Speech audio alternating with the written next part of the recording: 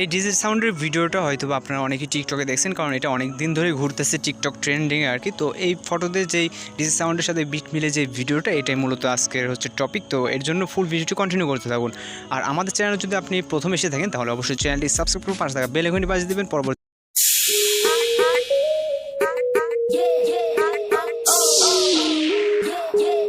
টিকটকের এই ডিজে মিউজিকের যে সাউন্ডের ভিডিওটা মেকিং করতে হলে আমাদের হচ্ছে ক্যাপকাট অ্যাপ্লিকেশনটি ওপেন করতে হবে। তো ক্যাপকাট অ্যাপ্লিকেশনটি ওপেন করার পর এখান থেকে নিউ প্রজেক্টে ক্লিক করবেন। তারপর এখান থেকে হচ্ছে আমাদের ফটোস অপশনে চলে যেতে হবে।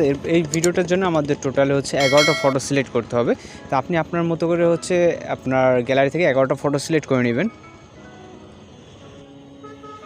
11টা ফটো সিলেক্ট হয়ে গেলে এখান থেকে অ্যাডে ক্লিক করবেন। তারপর এখান থেকে হচ্ছে আমাদের এই ভিডিওটার জন্য একটা অডিও অ্যাড করতে হবে।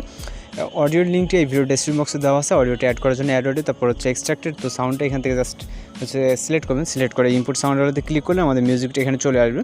তো আমরা ইন্ডিংয়ের দিকে ওয়াটারমার্কটা রিমুভ করে নেব। এখানে একটা ওয়াটারমার্ক থাকবে, যেটাকে জাস্ট ক্লিক করে এখানে ডিলেট আইকন আসলেই আমরা হচ্ছে এটাকে রিমুভ করে দিব।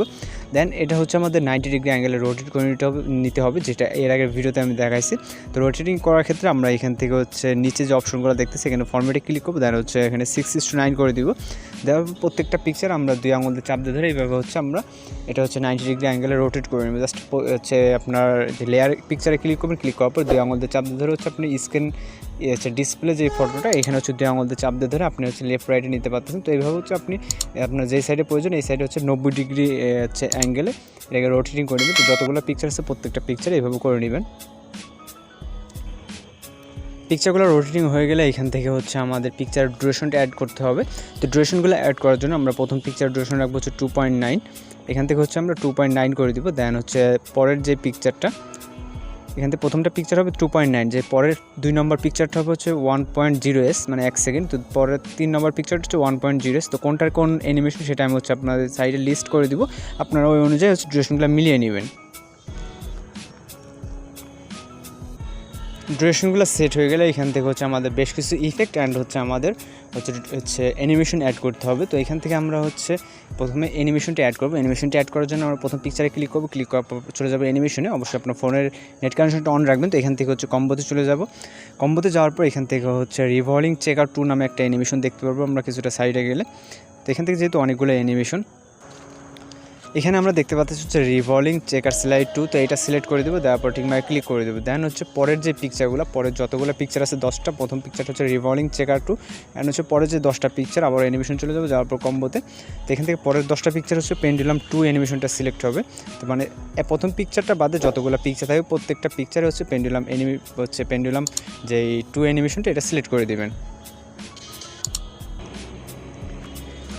অ্যানিমেশনগুলো সিলেক্ট হয়ে গেলে এখান থেকে ঠিক মার্কে ক্লিক করে দেবেন। তারপর এখান থেকে আমাদের জাস্ট কিছু ইফেক্ট অ্যাড করতে হবে। তো প্রথম পিকচার স্টার্ট পজিশনে আসবেন।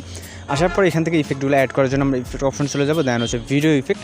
তো প্রথম পিকচারের জন্য জাস্ট আমাদের একটা আলাদা করে একটা ইফেক্ট অ্যাড হবে, যেটা হচ্ছে আমরা হ্যালোইন ক্যাটাগরিতে পেয়ে যাবো। যাওয়ার পর এখান থেকে আমরা কিছুটা নিচে আসলে দেখতে পারবো এখান থেকে হচ্ছে কোল্ড ল্যাব যেই ইফেক্টটা দেখতে পাচ্ছি এটা সিলেক্ট করবো। সিলেক্ট করার পর ঠিক মার্কে ক্লিক করে দিব। তো এই ইফেক্টটা আমরা হচ্ছে প্রথম পিকচার অবধি রাখবো, প্রথম পিকচারটা যতটুকু। দেন দ্বিতীয় পিকচার স্টার পজিশনে আসবে। এখানে আমাদের টোটাল 2টা ইফেক্ট অ্যাড হবে। এই ইফেক্টগুলো অ্যাড করার জন্য ভিডিও ইফেক্টে চলে যাব।